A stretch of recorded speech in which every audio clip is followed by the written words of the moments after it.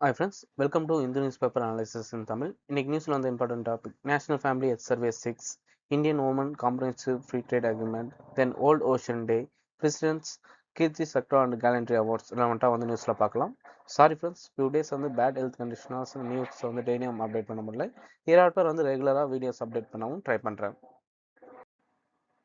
வழக்கம் போல் ஒரு டாபிக் வந்துருந்தா ஒரு எம்சிக்யூஸ், தென் நியூஸில் வந்து இம்பார்ட்டன்ட் பாயிண்ட்ஸ், அது மட்டும் இல்லாமல் எக்ஸாம் ரிலவெண்ட்டான எக்ஸ்ட்ரா பாயிண்ட்ஸ் பார்க்கணும்ல, அதே மாதிரி இந்த வீடியோவிலும் எல்லா டீட்டெயில்ஸும் பார்க்கலாம். First, which institute is designed by ministry of family and health affairs to conduct national family health survey? A. National Institute of Nutrition, Hyderabad. B. International Institute of Population Science, Mumbai. C. National Center for Disease Control, Delhi. D.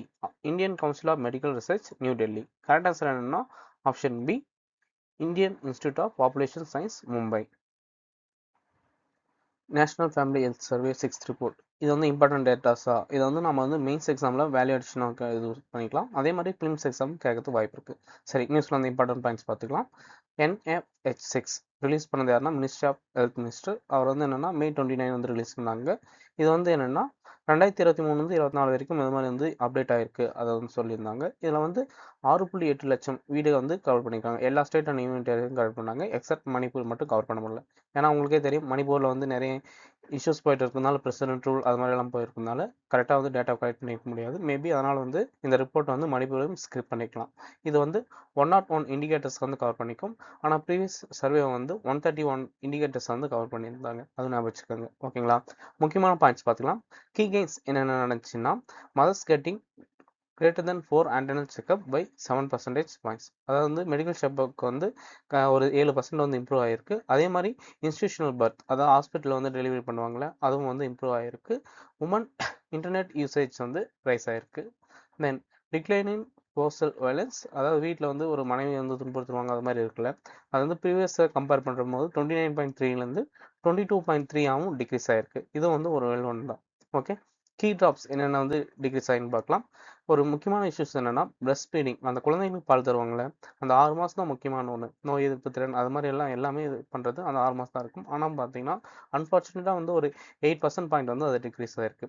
அதே மாதிரி modern கன்ட்ரப்ஷன் use வந்து என்னன்னா 56 to 52% வந்து degrees ஆகிருக்கு. அதே மாதிரி வந்து முக்கியமான ஒரு என்கரேஜ் பண்ண டிக்ரீஸ் ஆனதுன்னா சைல்டு, அதாவது ஸ்டண்டிங் வந்து என்னென்னா டிக்ளைன் ஆகிருக்கு. ஓகே, அதனால் வந்து நியூட்ரிஷன் ஓரளவுக்கு ப்ராப்பராக வந்து அவங்களை வந்து ரீச் ஆகிருக்குன்னு நம்ம எடுத்துக்கலாம். தென் அனிமியா, அந்த டிசீஸ் பற்றி சொல்லியிருந்தாங்க. இது வந்து என்னென்னா ட்ராப் ஆயிருக்கு, அனிமியா கவுண்ட் அது மாதிரி சொல்லியிருப்பாங்க.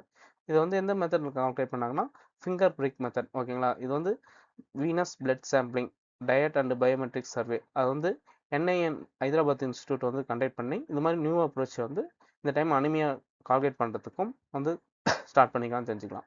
தென் ஆல்சோ ரிமூவ் ஒரு சில ஃபேக்டர்ஸை வந்து இந்த சர்வேலேருந்து ரிமூவ் பண்ணிட்டாங்க. நம்ம சொன்னோம்ல 131 101 இண்டிகேட்டர்ஸா, அது என்னென்ன ஃபேக்டர்ஸ் பார்த்துக்கலாமா? Infant, child, under 5 age, mortality indicators அதை வந்து இது பண்ணியிருக்காங்க.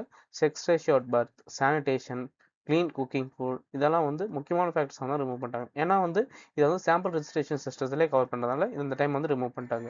அதே மாதிரி ஒரு சில புதுசாக ஒரு கேட்டகரிஸும் ஆட் பண்ணியிருக்காங்க. அது என்னென்னா digital literacy, direct beneficial transfers, self help group membership, அது மாதிரி வந்து நிறைய புது இண்டிகேட்டர்ஸும் ஆட் பண்ணியிருக்காங்க. அது ஞாபகம் வச்சுங்க, மேபி எக்ஸாமில் கேட்கறதுக்கும் வாய்ப்பு இருக்குது. இந்த டாபிக் வேணும்னா எக்ஸ்ட்ரா ஃபேக்ட்ஸ் பார்த்துக்கலாமா? First, national family health survey. Okay, இது வந்து யார் கண்டக்ட் பண்ணுவாங்கன்னா IPBS மும்பை. ஓகேங்களா? இது வந்து ministry of health and family welfare இருக்குது. இதை தான் நம்ம கொஸ்டின் பார்த்தோம். இதுக்கு முன்னாடி கண்டக்ட் பண்ண சர்வே பார்க்கலாம். ஃபர்ஸ்ட் சர்வே வந்து 1922 1993 வந்து கண்டக்ட் பண்ணாங்க. அது செகண்ட் சர்வேன்றது 1998 to 99. அதே வந்து தேர்ட்னா 2005 to 6, ஃபோர்த் வந்து 2015 to 16, ஃபிஃப்த் வந்து 2019 to 21. லாஸ்ட்டாக அது பண்ணது வந்து என்னென்னா 2023 to 24, அதை பேஸ் பண்ணி தான் பண்ணியிருப்பாங்க. ஓகேங்களா?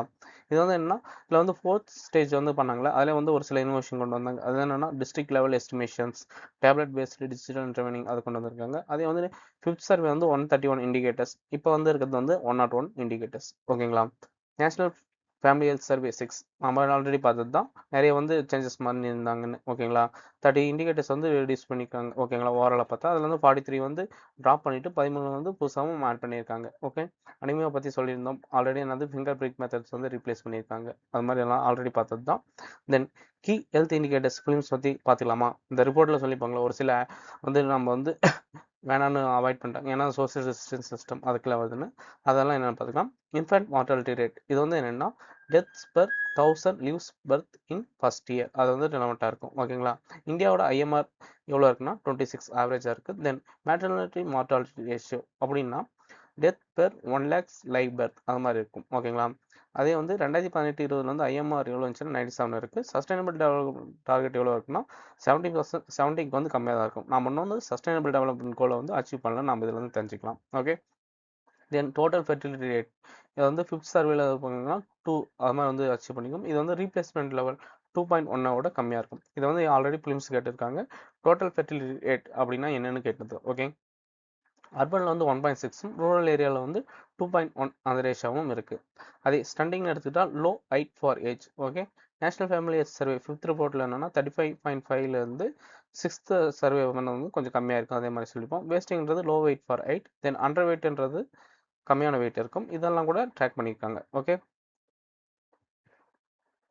நெக்ஸ்ட் டாபிக் போகலாம். The Indian Oman Comprehensive Economic Partnership Agreement came into force on which date? January 26, 2026, B. June 1, 2026, C. April 1, 2026, D.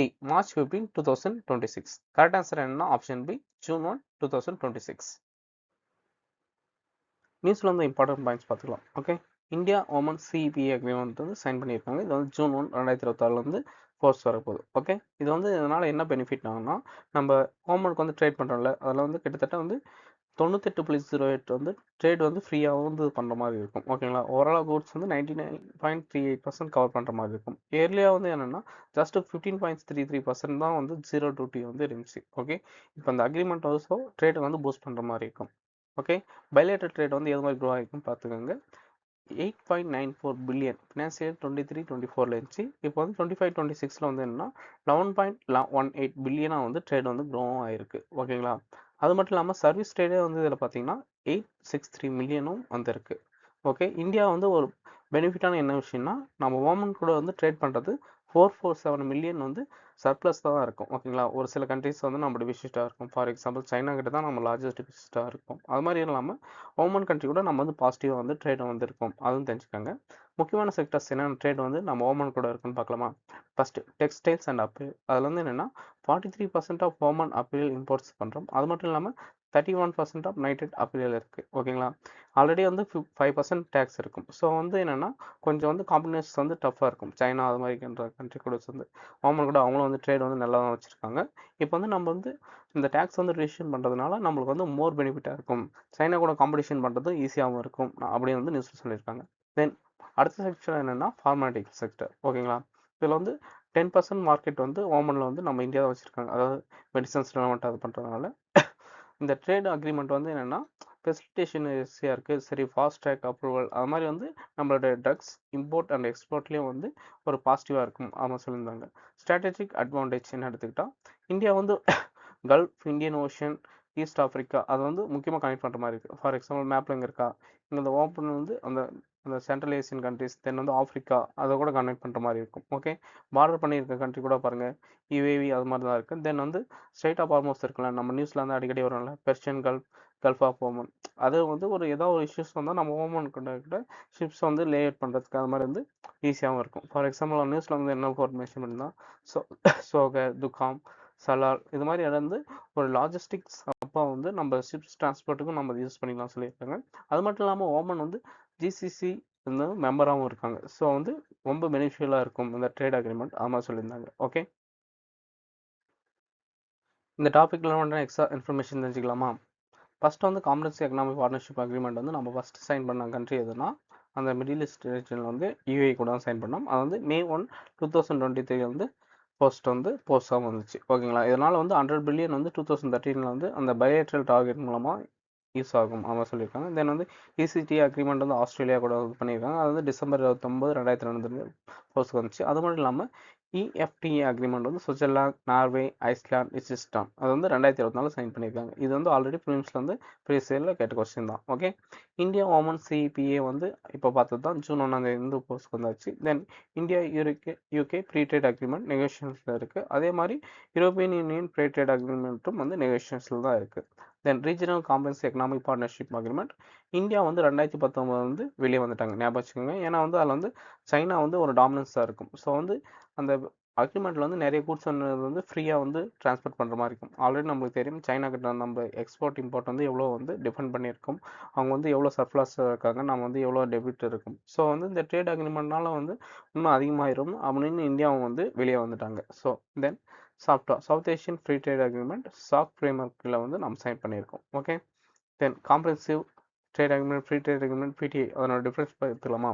First preferential trade agreement அப்படின்னா partial traffic reduction on selected goods only. அதாவது ஒரு country கூட வந்துட்டு ஏதாவது ஒரு குறிப்பிட்ட பொருள் மட்டும், ஃபார் எக்ஸாம்பிள் ரைஸ் இல்லாட்டி கம்ப்யூட்டர் ரிலவெண்டான திங்ஸ் மட்டும் நம்ம வந்து பண்ணிடுறோம், டேக்ஸ் வந்து ரிடியூஸ் பண்ணிக்கலாம், அது மாதிரி பண்ணுறது வந்து பிடிஏ ப்ரொஃபஷனல் ட்ரேட் அக்ரிமெண்ட் சொல்லுவோம். தென் ஃப்ரேட் ட்ரேட் அக்ரிமெண்ட் ஒன்று இருக்குது. அது என்னென்னா டிராஃபிக்ஸ் அதை வந்து மொத்தமாக வந்து ரிமூவ் பண்ணுற மாதிரி இருக்கும், குட்ஸ் அந்த மாதிரி இருக்கும். தென் சிபிஏ காம்ப்ரஹென்சிவ் அக்ரிமெண்ட்டில் என்னென்னா இதில் வந்து கூட்ஸ் மட்டும் கவர் பண்ணிப்போமா, ஆனால் வந்து service, investment, mobility, regulatory, IPR, intellectual property rights அது மாதிரி ஓவராலாக எல்லாமே வந்து கவர் பண்ணுறதுனா சிபிஏ அந்த அக்ரிமெண்ட் கீழே வரும். ஓகே, தென் மோஸ்ட் ஃபேவர்ட் நேஷன்ஸ் இது வந்து என்னென்னா டபிள்யூடிஓ ஆப்ளிகேஷன்ஸ்க்கு வரும். அதாவது இல்லைன்னா டபிள்யூடிஓ மெம்பர்ஸ் எல்லாருக்குமே வந்து சேம் லெவலில் வந்து டேக்ஸ் கொடுக்குற மாதிரி இருக்கும். Okay, Indian Oman key trade sectors already பார்த்தது தான்.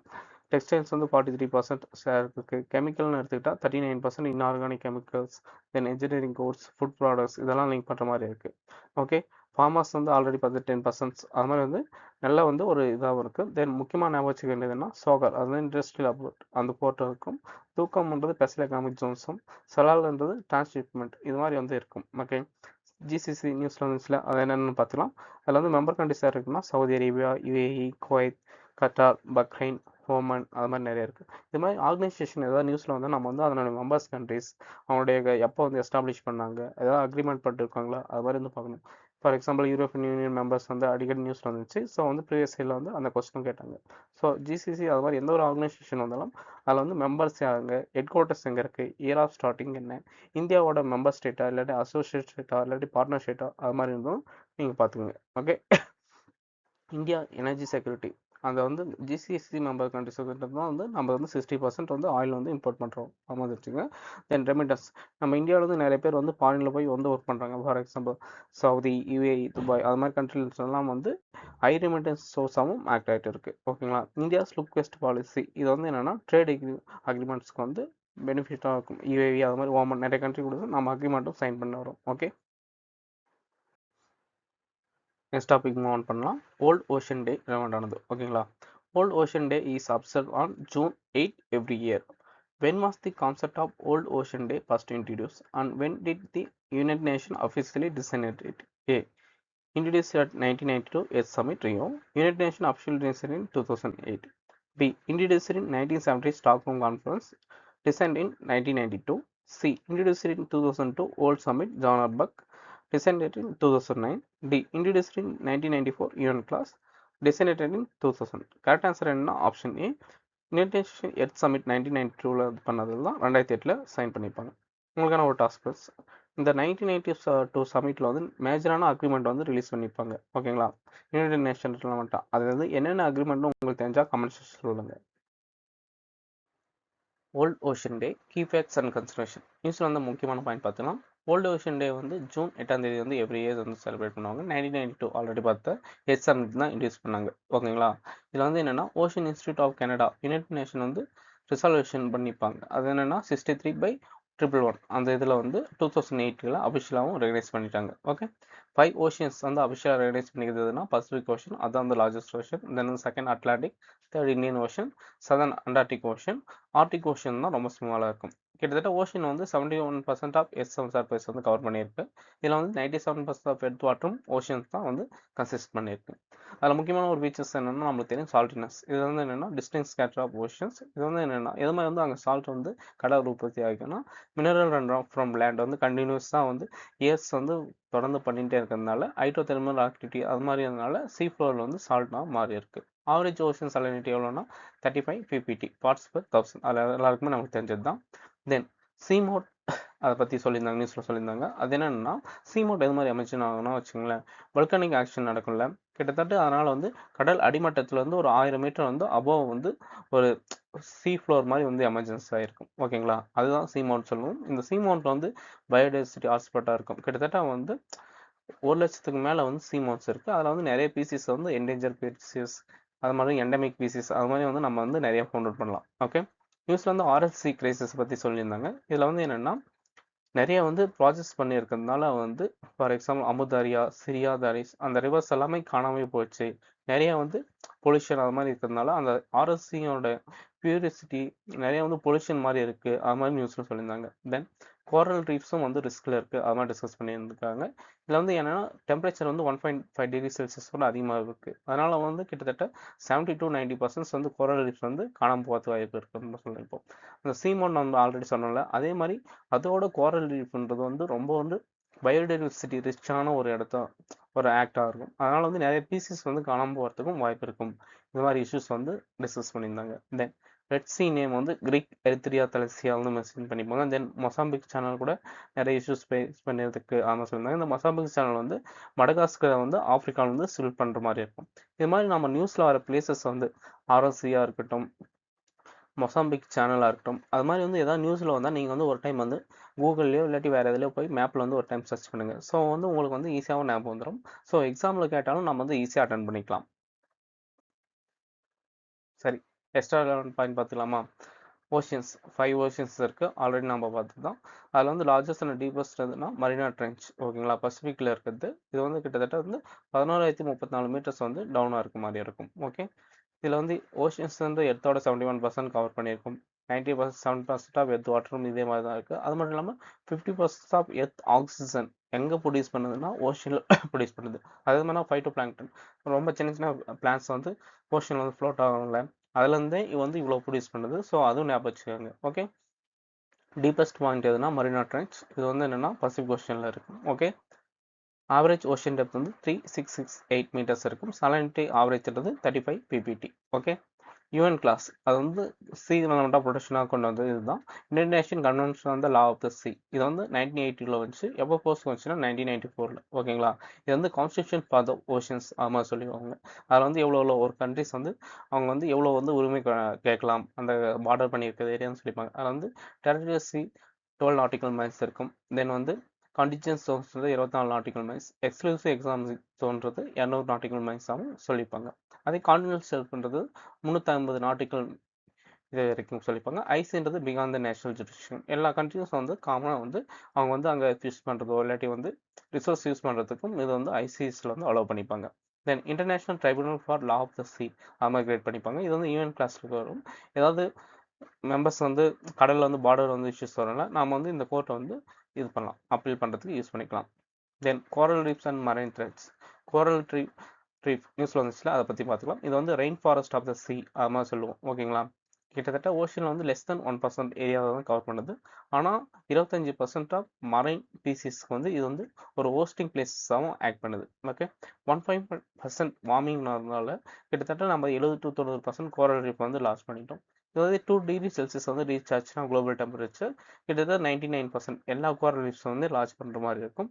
இதனால் வந்து அந்த பயோடைவர்சிட்டி என்ட்ரையாக வந்து நம்ம லாஸ் பண்ணுறதுக்கு பாசிபிலிட்டிஸ் இருக்கும். ஓகேங்களா, இந்தியாஸ் கோரல் ரீஃப் எங்கெங்கே இருக்குன்னா gulf of Mannar, Lakshadweep, Andaman Nicobar, gulf of beach அது மாதிரி இருக்குது. இது வந்து வைல்ட் லைஃப் ப்ரொடெக்ஷன் ஆக்ட் 1972 வந்து ப்ரொவைட் பண்ணுற மாதிரி இருக்குது. தென் கிரேட் பேரியர் ரீஃப் இருக்கிறதுலே ஓல்டே பெரிய ரீஃப் எங்கே இருக்குன்னா ஆஸ்திரேலியாவில் தான் இருக்கும். ஓகேங்களா, இது வந்து வேர்ல்டு ஹெரிட்டேஜ் சைட்ஸாகவும் யுனெஸ்கோ வந்து அனௌன்ஸ் பண்ணியிருக்காங்க. ஆனால் சிவியர் ப்ளீச் அதாவது வந்து அந்த கோரல் ரீஃப் வந்து இறந்து போகிற மாதிரி 2022, 2024 கால்குலேட் பண்ணியிருக்காங்க. தென் ஆர்எஸ்சி வந்து நியூஸில் வந்துச்சுல, அதை வந்து பார்த்துக்கலாம். இது வந்து என்னன்னா 4th லார்ஜஸ்ட் லேக் வேர்ல்டில் இருக்கும். இது வந்து சென்ட்ரல் ஏஷியாவில் இருக்குது. பார்டர் பண்ணியிருக்க கண்ட்ரி எதுன்னா கஜகஸ்தான் அண்டு உஸ்பெகிஸ்தான். இதை ஞாபகம் வச்சுக்கோங்க, மேபி எக்ஸாமில் கேட்கறதும் வாய்ப்பு இருக்குது. ஆல்ரெடி சொன்ன மாதிரி தான் இரிகேஷன், டைவர்சிஃபிகேஷன் அது மாதிரி இருந்ததுனால அமுதாரியா, சேரதாரியா ரிவர்ஸ் வந்து ரொம்ப பொல்யூஷனால் பாதிக்கப்படுறது இருக்குது. ஸோ அது மாதிரி இருக்கிறதுனால நிறைய இஷ்யூஸ் வந்து ஃபேஸ் பண்ணுற மாதிரி இருக்குது. அது மாதிரி வந்து வந்துச்சு. ஓகே ஃப்ரெண்ட்ஸ், நீங்கள் லாஸ்ட் டாபிக் பார்க்கலாம். Which of the following is correct descending order of India's peace time gallantry awards? A Ashok Chakra, Kirti Chakra, Shaurya Chakra. B Paramvir Chakra, Mahavir Chakra and Vir Chakra. C Kirti Chakra, Ashok Chakra, Shaurya Chakra. D Shaurya Chakra, Kirti Chakra and Ashok Chakra. Correct answer என்னன்னா option A Ashok Chakra, Kirti Chakra and Shaurya Chakra. நியூஸில் வந்து இம்பார்ட்டன்ட் பாயிண்ட்ஸ் பார்த்துக்கலாம். President ma'am வந்து 6-7 கீர்த்தி chakras award வந்து தந்திருக்காங்க. அதில் வந்து 2 பேர் இறந்து போனவங்களுக்கும், அதே மாதிரி 15 வீர் சக்ராஸ் அவார்ட், தென் 29 சௌரிய சக்ராஸ் அவார்டு வந்து கொடுத்துருக்காங்க. ஓகேங்களா. ஏர் கமாண்டேட்டர் பிரசாந்த் பாலகிருஷ்ணன் நாயர், அவங்க வந்து இந்தியன் ஏர்ஃபோர்ஸ் ரெலவெண்ட் ஆனவங்க. தென் கன்னியாத்ரி, அவங்க வந்து ஐஎஃப் ஆஸ்ட்ரானமிக் கேண்டிடேட் இருந்தாங்க. அவங்க வந்து கீர்த்தி சக்ரா வந்து அவார்டு வந்து ரிசீவ் பண்ணாங்க. தென் லெப்டினன்ட் கவர்னர் கமாண்டர் திலானா, தென் லெப்டினன்ட் கமாண்டர் ரூபா, அவங்க 2 பேரும் வந்து இந்தியன் நேவி. அவங்க வந்து சௌரி சக்ரா வந்து அவார்ட்ஸ் வந்து ரிலீவ் பண்ணாங்க. அவங்க வந்து என்னன்னா நாவிகா சாகர் பரக்ரமணா 2 அந்த ஈவெண்ட்டுக்கு ரெலவெண்ட் ஆனதுனால அவார்டு ரிசீவ் பண்ணாங்க. Then Kirti Chakra, India second highest peace time gallantry award. இது வந்து எதுக்காக கொடுப்பாங்கன்னா bravery, courage and self association display பண்ணது. ஏதாவது லேண்டாக இருந்தாலும் சரி, நேவல், ஏர் ஆப்ரேஷன் அது மாதிரி இருந்தால், எனிமிக்கு அகேன்ஸ்ட் அது பண்ணியிருந்தா இந்த கீர்த்தி சக்ரா அவார்டு வந்து ப்ரொவைட் பண்ணுவாங்க. பிரைம் மினிஸ்டர் சார் வந்து என்னென்னா, இந்த மாதிரி எக்ஸ்ட்ராடினரி கரேஜ் வந்து எல்லா பர்சன்ஸ்கிட்ட நம்ம ரிசீவ் பண்ணுறது, செல்ஃப்லெஸ்ஸாக சர்வீஸ் பண்ணுறவங்களுக்கு தேங்க்ஸ் பண்ணுற மாதிரி மெசேஜும் சொல்லியிருந்தாரு. ஓகே, எக்ஸ்ட்ரா பிளின்ஸ் பாயிண்ட் பார்த்துக்கலாமா. First Indian gallantry awards full list பார்த்துக்கலாம். அதே first war time highest lower award பார்க்கலாம். Paramvir Chakra first highest award, then Mahavir Chakra, then Vir Chakra கொடுப்பாங்க. அதே peace time highest to lowest பார்த்துக்கிட்டா அசோக் சக்ரா, கீர்த்தி சக்ரா, தென் சௌரியா சக்ரா. ஓகேங்களா. All 6 gallantry awards institute. இதை வந்து எப்போ ஸ்டார்ட் பண்ணாங்க, ஜனவரி 26, 1950 இண்டிபெண்டன்ஸ் டேலேருந்து ஸ்டார்ட் பண்ணாங்க. இந்த அவார்ட்ஸ் வந்து 2 டைம் கொடுப்பாங்க. ஒன்று republic day and independence day, அப்போ வந்து டுவைஸ் வந்து அவார்ட் பண்ணுவாங்க. அசோக் சக்ரான்றது ஹையஸ்ட் பீஸ் டைம் அவார்ட், அதை ஞாபகம் வச்சுக்கோங்க. கீர்த்தி சக்ரா ரீசெண்டாக நியூஸில் வந்துச்சுல, அது வந்து second highest peace time award. Key facts extra பார்த்துக்கலாமா. அசோக் சக்ரான்றது highest peace time award. Second வந்து என்னென்னா கீர்த்தி சக்ரா தருவாங்க. தென் சௌரிய சக்ரான்றது third highest peace time award. ஓகேங்களா. ககன்யான் IAS ஆஸ்ட்ரானமர் கேண்டிடேட்ஸ் அது நியூஸ் வந்துச்சு, அதை பார்த்துலாம். ககன்யான்ன்றது என்னென்னா India's first human space flight programme. ஓகேங்களா. இது வந்து இஸ்ரோ தான் கண்டக்ட் பண்ணுவாங்க. இது வந்து 2025-26 வந்து லோ எர்த் ஆர்பிட்டில் வந்து 400 கிலோமீட்டரில் வந்து ஒரு ஸ்பேஸ் நம்ம இந்தியன் வந்து இருக்கணும். அது மாதிரி அந்த வந்து ஆஸ்ட்ரானட்ஸ் யார் யார் வந்து இது பண்ணியிருப்பாங்கன்னா 4 பேர் வந்து இது பண்ணியிருக்காங்க. ஓகேங்களா. பிரசாந்த் பாலகிருஷ்ணன் நாயர், ஆனந்த் பிரதர், அஜித் கிருஷ்ணன், தென் சுபான்சு ஸ்ரீ சுக்லா, இவங்களாம் இருப்பாங்க. அதில் சுபான்சு சுக்லான்றவங்க ரீசெண்டாக வந்து என்னன்னா ஆக்சம் மிஷன் 4, அதாவது இன்டர்நேஷனல் ஸ்பேஸ் ஸ்டேஷனில் போயிட்டு வந்திருக்காங்க. ஓகேங்களா. Then Navika Sagar Parikrama, India's navy all women crew circumstances, அதை வந்து லான்ச் பண்ணியிருப்பாங்க. தென் டிஃபென்ஸ் இன்வெஸ்டேஜ் செரமனி, மோஸ்ட்டாக வந்து இண்டிபெண்டன்ஸ் டே அப்புறம் வந்து ரிப்பப்ளிக் டே இருக்குல்ல, அப்போ வந்து பிரைம் மினிஸ்டருக்கு வந்து பிரசிடென்ட் வந்து ஆனர் பண்ணுற மாதிரி ஹெட் ஆஃப் த, அவங்க தான் வந்து supreme commander of the armour force, அதை வந்து அவர் லீட் பண்ணுற மாதிரி எல்லா ஈவெண்ட்டும் நடந்து முடிக்கும். ஓகே ஃப்ரெண்ட்ஸ், தேங்க்ஸ் ஃபார் வாட்சிங். நம்ம வீடியோ ஹெல்ப்ஃபுல்லாக இருக்கும்னு நினைக்கிறேன். ஹெல்ப்ஃபுல்லாக இருந்தால் ஒரு லைக் பண்ணுங்கள். எனி சஜஷன் ஃபார் இம்ப்ரூவ்மெண்ட் ஆனாலும் கமெண்ட் சொல்லுங்கள். அப்கமிங் வீடியோஸில் கண்டிப்பாக அப்டேட் பண்ண ட்ரை பண்ணுறேன். ஓகே ஃப்ரெண்ட்ஸ், நெக்ஸ்ட் வீடியோவில் பார்க்கலாம். பை.